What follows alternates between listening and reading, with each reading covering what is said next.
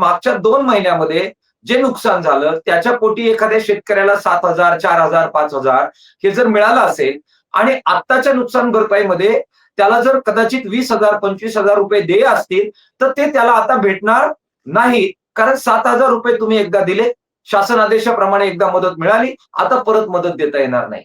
त्यामुळे ही अत्यंत अभूतपूर्व अशा प्रकारची संकटाची परिस्थिती असताना सुद्धा नियम, अटी, शर्ती आणि धादांत फसवणूक करणं, धादांत खोटं बोलणं, हे दुर्दैवानं राज्याच्या प्रमुखांकडून सुरू आहे, जे अत्यंत वेदनादायी आहे. दुसरा एक मुद्दा मांडून मी संपवतो, की किती मदत देऊ इच्छित आहे? भरघोस मदत आम्ही देतोय हे त्यांचे प्रवक्ते अक्षरशः अविरतपणाने लोकांना सांगतायत. एनडीआरएफच्या निकषाप्रमाणे एका हेक्टरला म्हणजे 100 गुंठ्याला ते 8,500 रुपये देणार आहेत. हे 8,500 रुपये हे 10 वर्षापूर्वी त्या 1 हेक्टरचा निविष्ठांचा खर्च आहे. आता 10 वर्षानंतर प्रचंड महागाई वाढली आहे. निविष्ठांचा खर्च मोठ्या प्रमाणात वाढलाय.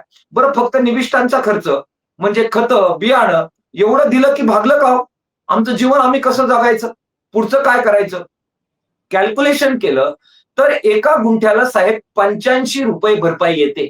8,500 भागिले 100 85 रुपये.